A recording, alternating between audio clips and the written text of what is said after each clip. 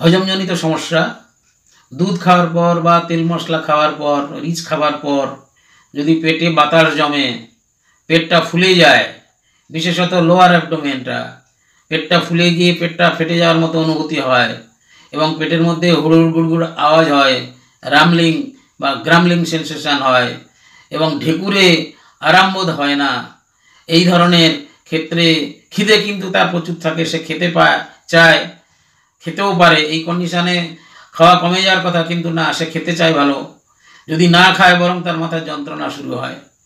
এই ধরনের ক্ষেত্রে বা পেচ্ছাপ করার আগে যদি তাদের ব্যথা হয়, বিফোর ইউরিনেশনে যদি পেচ্ছাপের আগে ব্যথা হয়, আর কনস্টিপেশনের হিস্ট্রি থাকে, শক্ত পায়খানা হয় সবসময় এবং পায়খানা করার একটা বেগ থাকে, এই ধরনের ক্ষেত্রে আমরা ব্যবহার করি। আর আরেকটা জিনিস আপনাদের মনে রাখা দরকার, এই ঘটনাগুলো সাধারণত বিকেলের দিকে হয়, বিকেল 3:30 4টে থেকে রাত্রি 8টা 8:30 পর্যন্ত 9টা পর্যন্ত হয়।